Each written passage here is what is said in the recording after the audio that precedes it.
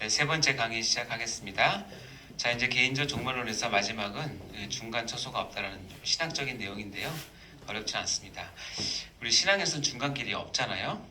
우리 천국과 지옥, 우리 하늘에서는 중간 초소는 없어요. 중간 초소란 건 뭐냐면 로만 가톨릭에서 얘기하는 천국과 지옥 사이에 연옥이 있거나 선조림보, 유아림보 등이 있어서 우리가 천주교에서는 거의 바로 죽어서 천국 가는 그룹들은 거의 사제 정도밖에 안 되기 때문에 대부분의 사람들은 죄를 중간 단계에서 해결하고 가야 된다. 그리고 빨리 해결하려면 이 땅에 있는 후손들이 연보를 해야 된다. 그렇게 해서 만든 게 이제 면죄부 이런 것들이잖아요. 이런 내용들은 성경에 절대 없는 내용이니까 미혹되시면 안 되고, 그러나 중간 상태는 있다라고 되어 있어요. 중간 상태는 뭐냐면 우리가 이 땅에서 죽어서 육체와 영혼이 분리가 되면 육체는 이 땅에 묻고 영혼은 하나님 바로 올라갑니다. 올라가서 하나님과 같이 있는데, 천국에 있는데, 여기 보면 거기는 몸이 없는 거죠. 몸은 없어요. 몸은 언제 완성되냐면 예수 그리스도께서 재림하실 때, 그때 이제 부활체로 우리에게 주십니다. 그렇기 때문에 제가 부활체에 대한 새벽 설교 했는데 혹시 들어보셨나요? 내가 올렸나 모르겠다. 혹시 제가 올리면 한번 보세요. 그럼 정리가 잘 돼 있으니까. 그러니까 중간 상태는 있지만 중간 처소는 없다. 이게 개혁주의 입장입니다. 자, 이제 마지막으로 우주적 종말론 들어가도록 하겠습니다. 우주적 종말론은 한마디로 얘기하면 개인적 종말은 육체적 종말을 죽음을 통해서 맞이하는 각 개인의 종말을 얘기하는 것이고, 그 일어난 사건들을 얘기하는 것이라면, 우주적 종말론은 뭐냐면 온 우주, 특별히 지구를 중심으로 한 우주가 어떻게 종말을 맞이하게 될 것인가. 한마디로 얘기하면 예수 그리스도의 재림으로 인해서 우주적인 종말이 온다 내용입니다. 이 내용에 대해서 여러 가지 설이 많기 때문에 다음 시간에 간략하게 정리를 하겠지만, 이 종말론에 대해서 어떻게 어느 시기에 오는지에 대해서는 약간 관대한 편이에요. 그러나 이제 대원칙이 몇 가지 있기 때문에 그 원칙만 여러분한테 알려드리겠습니다. 자, 우주적 종말은 예수 그리스도의 재림에 의해서 온다. 그래서 재림 전에 나타날 현상과 예수님 재림의 성격에 대해서 잠깐 볼 것이고요. 자, 그래서 예수 그리스도의 재림을 이제 보도록 할 텐데, 이 우주적 종말론에 대해서 성경에서는 특히 마태복음 24장과 25장에 집중적으로 잘 나와 있어서 마태복음 24장을 종말장이라고 우리가 얘기를 하고요. 그리고 마태복음 25장은 이 종말장에 이어서 그럼 종말을 사는 너희들은 어떤 삶의 태도를 가지고 살아야 될지를 세 비유를 통해서 우리에게 정확히 알려줍니다. 그래서 이 성경적인 내용만 우리가 정확히 알고 있어도 종말론을 어느 정도 이해할 수 있고 이단에 빠지지 않게 되는데요. 종말을 이해함에 있어서 크게 대원칙이 두 가지가 있는데, 마태복음 24장 14절 시작. 이 천국이 모든 민족에게 증언되기 위하여 온 세상에 전파되리니 그제야 끝이 오리라. 끝이 올 때는 모든 민족에게 증거가 돼야 돼요. 여기는 모든 각 사람이 아니라 모든 민족이라고 돼 있고, 성경학자들은 모든 언어로 해석을 많이 해요. 그래서 각자의 민족이 자기의 언어로 성경책이 다 전파될 때 아마 끝이 오지 않을까 이렇게 생각을 하는 거죠. 어쨌든 민족 단위로 모든 민족에게 다 전파가 될 때 그때 끝이 온다라고 얘기를 하고, 어쨌든 이 시기는 앞당겨져 있다는 것은 저도 잘 모르지만 옛날에 성경 번역 선교회라는 데가 있는데, 거기는 이제 아주 소수 민족에게 한 선교사가 헌신해서 들어가서 그 민족들과 살아요. 같이 20년, 30년 살면서 그들의 말을 배우고, 그들의 말을 배워서 하나하나 다 성경을 해서 성경 전체를 못하지만 쪽복음, 그래서 요한복음, 누가복음에서 성경 한 권을 이렇게 번역하고 나오는데 30년 걸렸대요. 한 그 민족에게 성경책 하나 주기 위해서 거기에 헌신하는 거 자기를. 근데 컴퓨터가 발전을 해서 이게 10년 단위로 5년 단위로 줄어들었고, 요즘에는 요즘 챗GPT 같은 경우 진짜 빠를 것 같아요. 어쨌든 이게 점점 이렇게 좁아질어서 아마 이게 성경이 다 번역되는 게 많이 오래 남지 않았을 거라고 얘기하긴 하더군요. 어쨌든 원칙은 뭐냐면 모든 민족에게 증언될 때 예수님께서 오신다. 이게 첫 번째고요. 두 번째는 뭐냐면 마태복음 24장 36절 읽어볼까요? 시작. 그러나 그날과 그때는 아무도 모르나니 하늘의 천사들도 아들도 모르고 오직 아버지만 아시느니라. 종말론의 대표적인 이단은 뭐냐면 종말 날짜를 지정을 해놓고 하는 무슨 종말론이죠? 시한부 종말론이라죠. 하여튼 시한부 종말론은 교회 역사상 한 번도 성공하지 못했고, 그러나 너무 매력적인 게 뭐냐면 시한부 종말론을 가지고 가르치면 많은 사람들을 강력하게 미혹할 수 있어요. 위기감이 같이 있기 때문에. 그래서 이단들은, 특히 사단은 이 시한부 종말론을 항상 씁니다. 그러니까 어느 집회에 가서 여러분이 얘기할 때 그 누군가 입에서 날짜를 말하면 일단 뒤도 안 돌아보고 나오시면 된다고 성도들한테 가르치세요. 이건 2000년 역사가 증명하는 거니까. 아무리 성경을 멋들어지게 얘기를 하고 그럴싸하게 얘기를 하고 감동을 주고 막 찬양도 뜨겁고 해도 거기서 몇 월 며칠 이렇게 이런 식으로 종말을 딱 얘기하는 순간 무조건 그거는 나와야 돼요. 거기에는 절대 진리가 없고 이단입니다.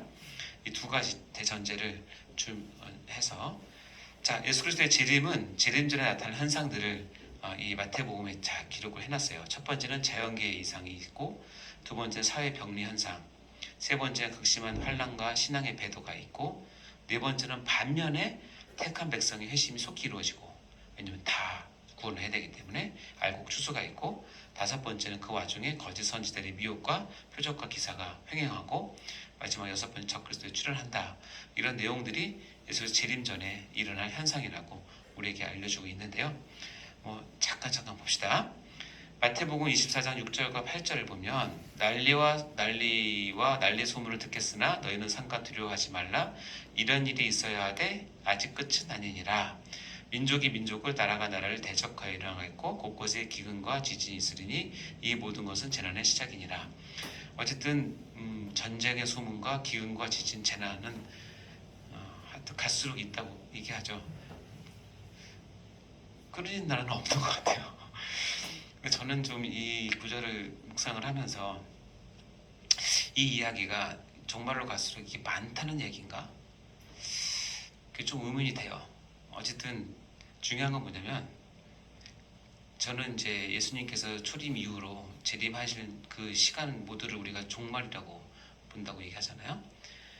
어느 한 시대도 전쟁이 없던 시대가 없고, 어느 한 시대도 기근과 지진이나 재난이 없던 시기가 없어요.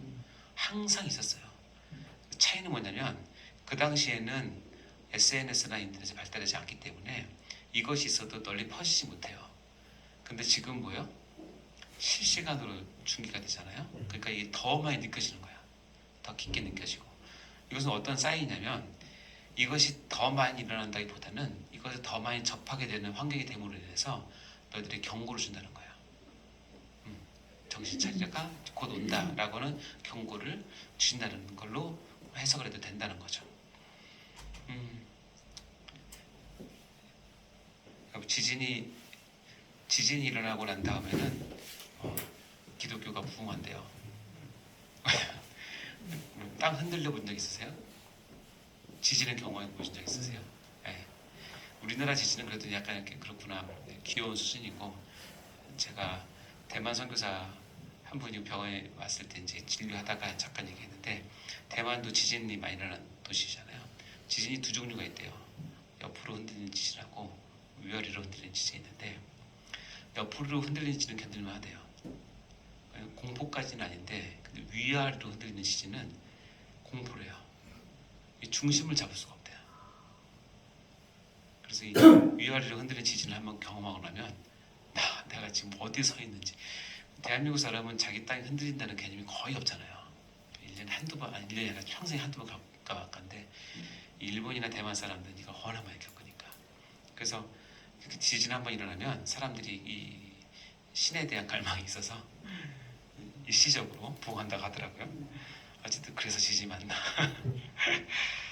자, 사회 병리 현상은 불법이 성함으로 많은 사람의 사랑이 식어지라. 이건 정말 맞는 것 같아요. 불법이 많아지고요. 그러면서 디모데후서에 보면 너희는 이것을 알라, 말세에 고통하는 때가 이르러 하면서 말세에 나타나는 현상들을 쭉 하는데 무려 19가지를 지적을 해요. 자, 여러분 손가락 펴고 한번 해볼까요?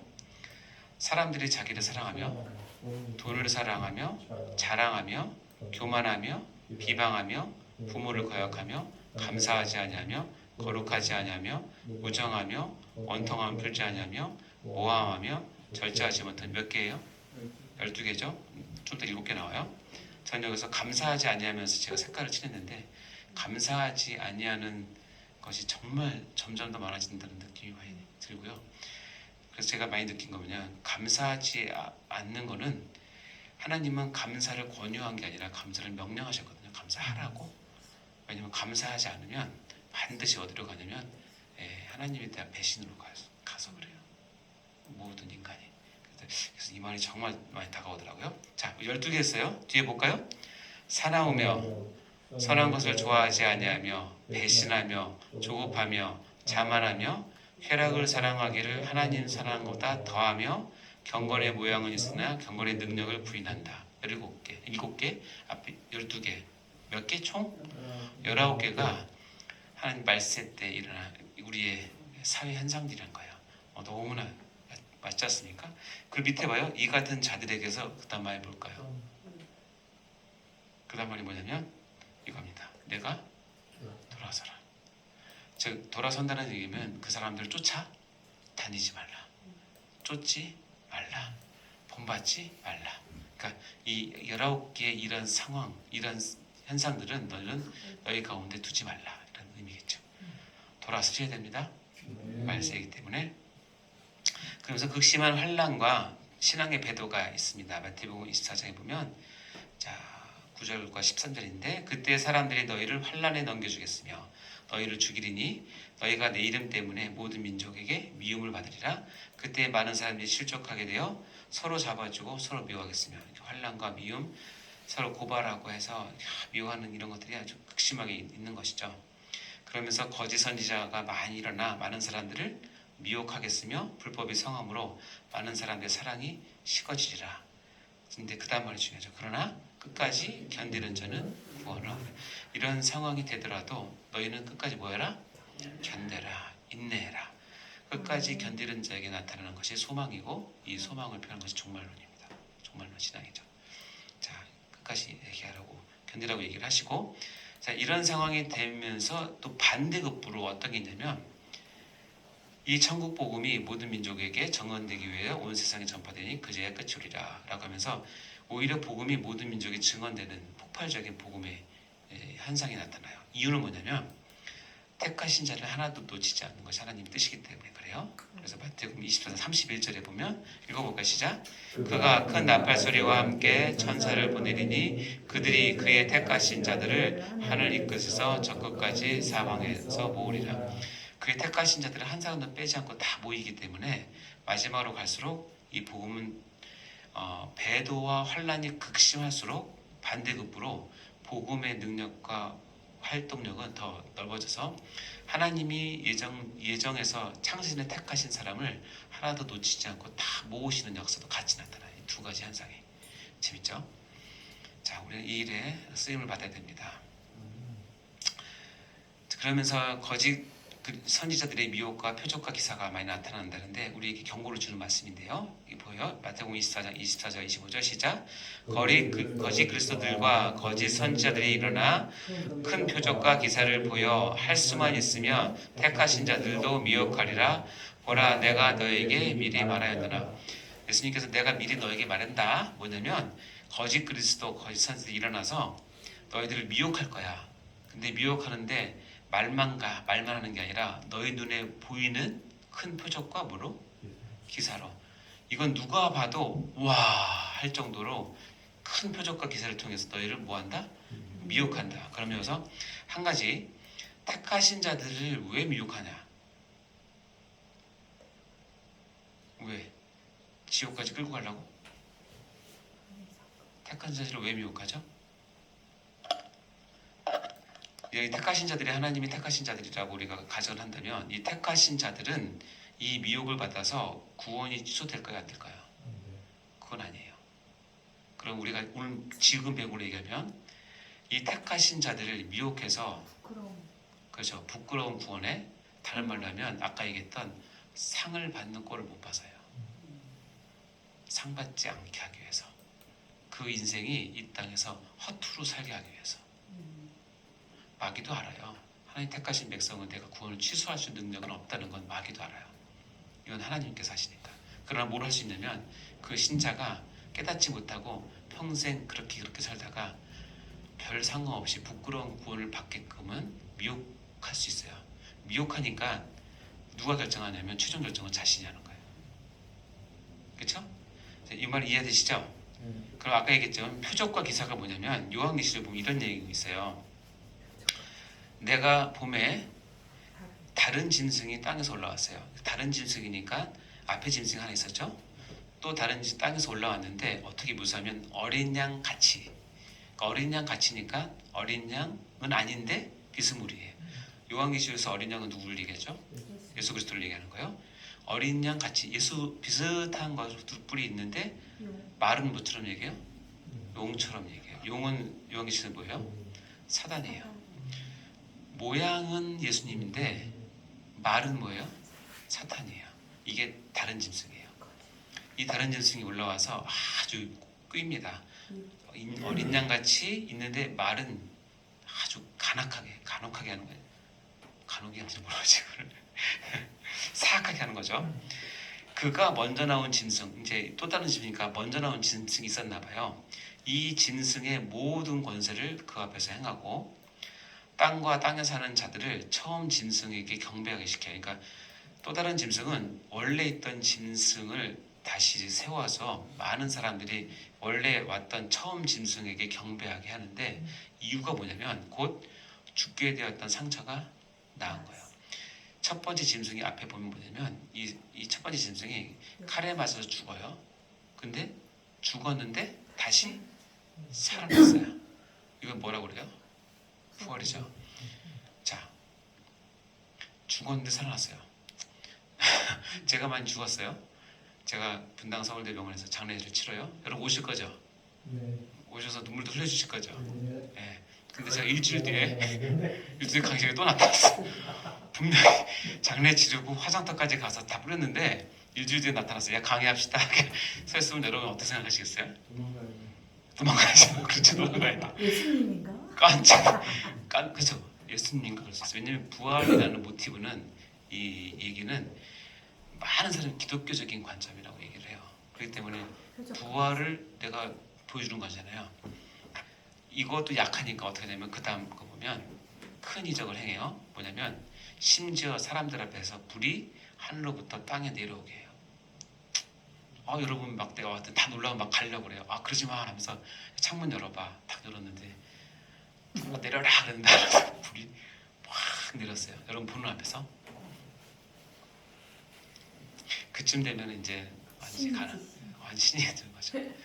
심지어 이런 기적을 행해도 여러분은 뭐하면 안 된다? 미혹되면 안 된다는 거예요. 그러니까 이 강력한 거예요. 마지막 때에 사단이나 이런 거짓 선지자, 거짓 그리스도가 와서 하는 게 그냥 알량한 말 갖고 하는 게 아니라 진짜 큰 이적. 이거 예수님밖에 못할 것 같은데 하는 것들도 마음껏 한다는 거예요. 거기에도 뭐하면 안 된다? 미혹되면 안 된다. 그래서 여기 봐요. 이르기를 칼에 상하였다가 살아난 짐승. 부활을 모티브로 해서 우상 숭배를 하시는 것이 마지막 미혹이에요. 그러니 우리가 이 표적과 기사를 갖고 예수를 믿기 시작하면 한도 끝도 없고 반드시 잘못된 길로 갈 수 있어요. 말씀을 가지고 믿으셔야 돼요. 말씀. 마태복음 24장 15절에 보면 적그리스도가 출현한다. 그러므로 너희가 선지자 다니엘이 말한 바 멸망에 가증한 것이 거룩한 곳에 선 것을 보거든 이렇게 얘기를 합니다. 멸망에 가증한 것, 거룩한 곳에 선 것을 보거든. 이 말은 해석이 너무나 많은데 그냥 우리말로 하면 가짜 목사가 강단에서 복음을 가려서 선포하는 그런 상황이 된다고 해석하는 게 제일 좋을 것 같습니다. 이건 너무 어려워서 넘어가도록 하겠습니다. 예수 그리스도의 재림의 성격은 5가지입니다. 공중에서 재림합니다.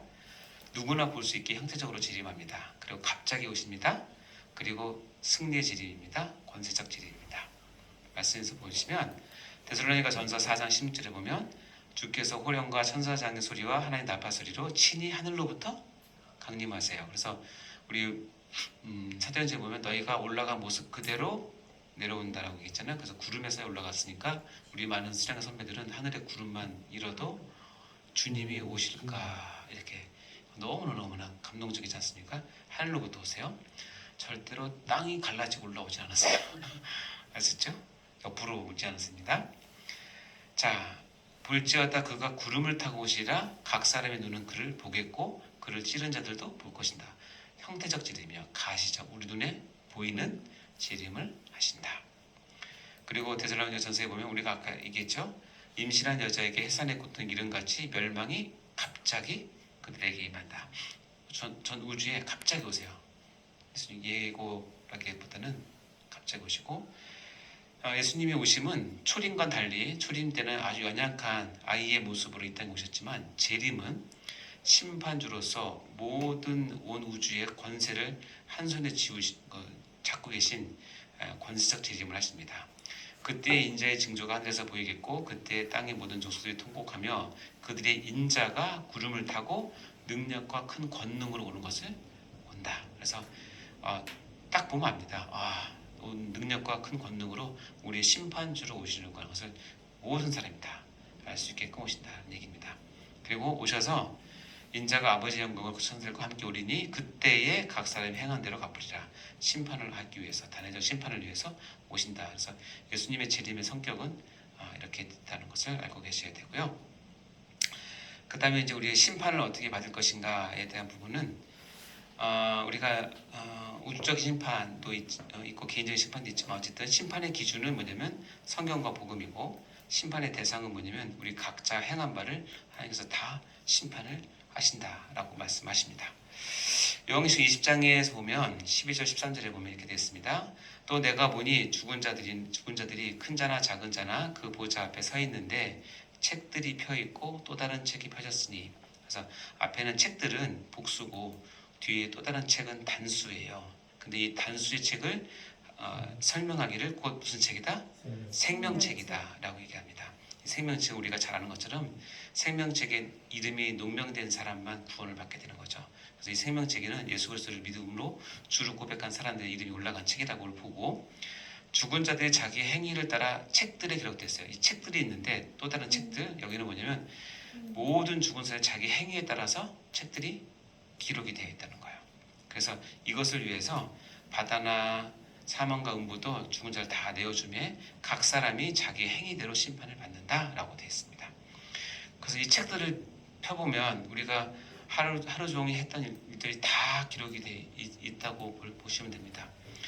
자, 그래서 왜 종말이 중요하냐면 이 책들의 모든 것이 다 기록된다고 되어 있으니까 우리 행위가 다 기록되어 있는데, 여러분 이 책들에 기록된 내용을, 어저께 기록된 내용을 여러분이 이것을 삭제할 수 있어요, 없어요? 삭제할 수가 없어요. 이유는 뭐냐면 여러분이 시간을 거꾸로 살 수가 없기 때문이에요. 따라서 여러분이 오늘 하루의 일을 다 하고 마감을 하고 잠자리에 딱 드는 순간 오늘 했던 모든 일은 책들의 날짜별로 기록이 딱 돼서 딱 올라가 버려요.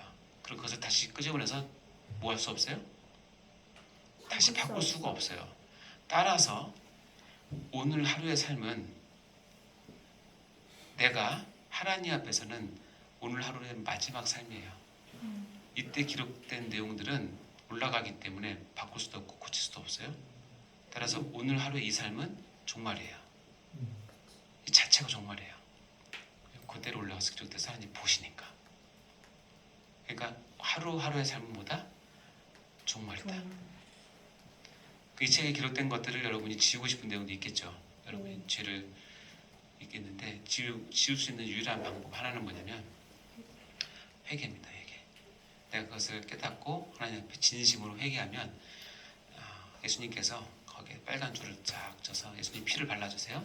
그럼 하나님 보시고 그 피를 발린 것을 보시고 내가 했던 죄를 못 보시는 거죠. 기억지 않으시는 거예요. 그 방법밖에 없어요. 따라서 내가 강조하고 싶은 건 뭐냐면 종말은 내가 10년 뒤 20년 뒤 죽은 다음에 있는 것이 아니라 오늘 하루의 삶 자체가 종말이다. 왜냐하면 이 하루는 다 기록되어 하나님 앞에 올라가기 때문에 그렇습니다. 고린도서에 보면 밑에 보세요. 이는 우리가 다 반드시 그리스도의 심판대 앞에 나타나게 되어 각각 선악간에 그 몸으로 행한 것을 따라 받는다. 그 얘기죠. 우리는 다 그리스도의 심판대 앞에서 선악간에 그 몸으로 행한 것을 따라서 심판을 받는다. 이것이 이제 종말입니다. 이런 종말을 가지고 마태복음 25장에는 이 세 개의 비유를 가지고 그럼 종말을 어떻게 살 것인가를 얘기합니다. 첫 번째 나오는 비유가 열처녀 비유, 다 아시죠? 두 번째 비유가 달란트 비유, 세 번째 비유가 양과 염소의 비유입니다. 간단히 보시면 그때의 천국은 마치 등을 들고 신랑을 맞으러 나간 열처녀와 같다니 그 중에 다섯은 미련하고 다섯은 슬기 있는 자다. 다섯은 기름이 떨어진 걸 모르고 방치하고 있었고 다섯은 기름을 준비한 거죠. 그러니까 이 주제는 뭐냐면 너희가 신랑 예수가 오는 때를 알지 못하니 깨어 준비하라. 이게 이 비유의 핵심이겠죠. 언제 올지 못하니 깨어 준비하라라고 알려주는 거고.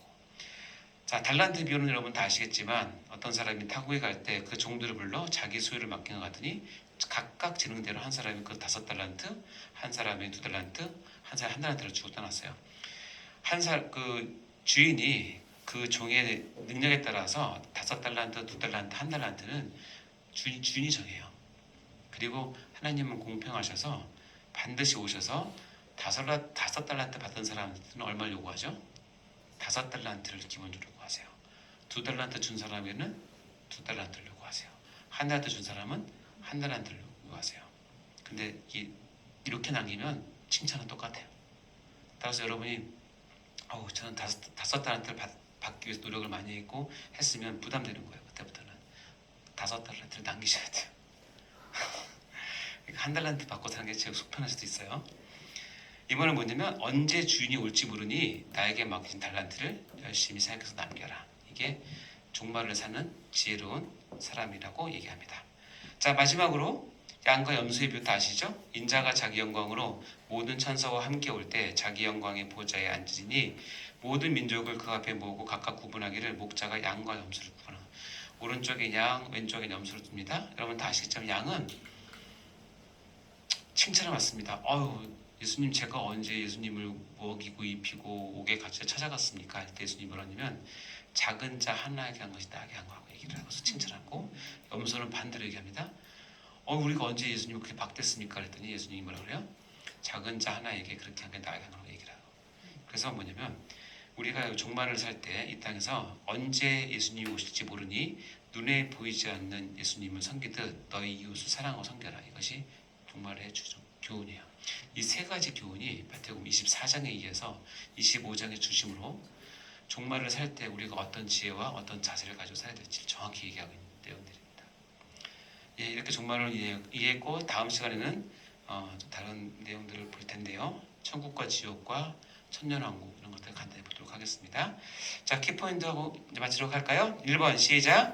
죽는다는 것과 그 위에 하나님의 심판이 있는 것은 모든 인생에게 정해진 진리이며 이는 죽음으로 개인적 종말을 맞이하든지 예수님의 재림으로 우주적 종말을 맞이함으로써 이루어진다. 라는 진리겠습니다. 2번 시작. 종말을 준비하는 삶이란 구원받는 성도로서 매일매일 날마다 하나님 말씀에 순종하면서 상급 신앙을 가지고 사는 삶이다. 오늘이 곧 종말임을 잊지 말아야 한다. 아멘. 기도하고 마치겠습니다. 하나님 아버지 감사합니다. 이 종말의 때에 종말의 참 지혜를 우리에게 허락하시고 우리가 종말을 바라보며 우리의 상급 신앙을 가지고 아버지 하나님 앞에 설 때까지 우리가 우리의 모든 것을 다하여서 하나님 섬기며 종말 신앙을 가진 자로 살 수 있도록 도와주시고 아버지 많은 우리 성도들과 우리 학생들에게도 이 종말 신앙을 잘 가르쳐 주므로 지혜 있는 자들이 다 될 수 있도록 축복하여 주시옵소서. 오늘 가르쳐 주신 말씀을 마음에 깊이 새기게 하시며 우리의 삶의 목표가 되게 하시고 특별히 우리가 상급 신앙을 잘 정립함으로 우리가 최선을 다해서 하나님 앞에 드려질 금연료관과 같은 상급을 우리가 취할 수 있는 저희가 다 될 수 있도록 축복하여 주옵소서. 감사드립니다. 이 모든 말씀을 예수님 이름으로 기도합나이다. 아멘. 수고하셨어요.